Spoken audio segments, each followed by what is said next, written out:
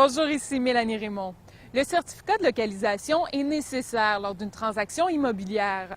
Pourquoi est-il requis et quand faut-il le renouveler? Pour le savoir, je rencontre Benoît Péloquin, qui est arpenteur géomètre et membre du conseil d'administration de l'Ordre des arpenteurs géomètres du Québec. Benoît Péloquin, bonjour. Merci d'être avec nous aujourd'hui. Bonjour, ça me fait plaisir. Pouvez-vous nous expliquer qu'est-ce qu'un certificat de localisation?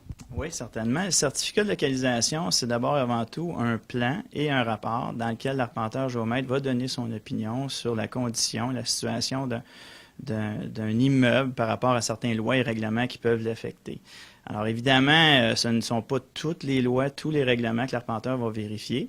Par exemple, disons qu'un escalier, on comprend qu'un escalier a certaines dimensions pour respecter le code du bâtiment. Mais l'arpenteur géomètre ne viendra pas vérifier ces dimensions-là.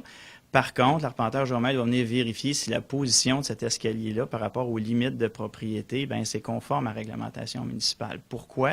Parce que l'arpenteur géomètre, c'est le seul professionnel qui est capable de donner une opinion sur la position de la limite de propriété. Donc, c'est le seul qui est capable de donner une opinion si l'escalier est conforme ou non à la réglementation municipale dans ce sens-là.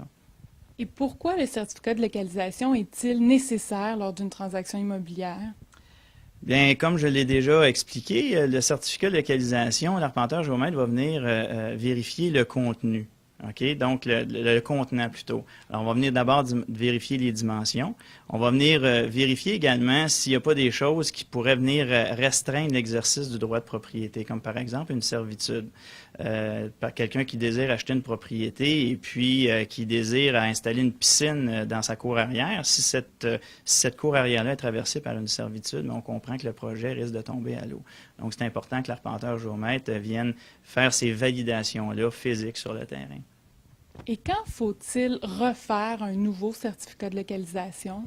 Bien, à mon avis, il faut refaire le certificat de localisation à partir du moment où on désire mettre notre propriété en vente. Il y a beaucoup d'erreurs que les gens font, c'est qu'ils attendent d'avoir une offre d'achat avant de faire le certificat de localisation.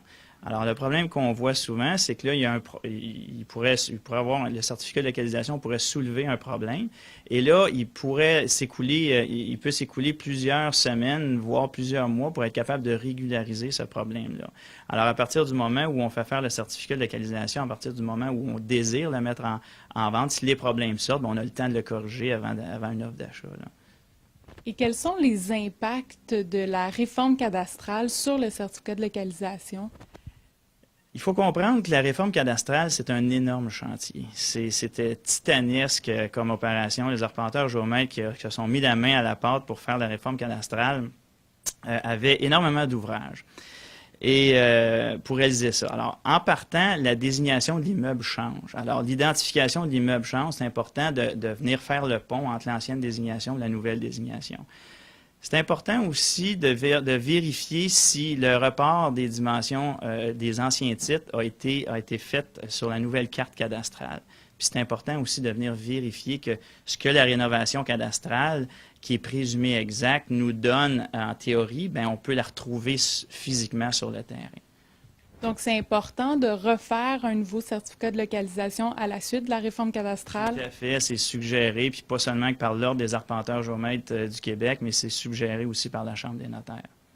Benoît Péloquin, merci beaucoup pour ces explications. Bien, ça me fait plaisir. En vertu de la clause 6.4 de la promesse d'achat, c'est au vendeur que revient la responsabilité de fournir à l'acheteur un certificat de localisation qui indique l'état actuel de la propriété. Ici Mélanie Raymond, à la prochaine!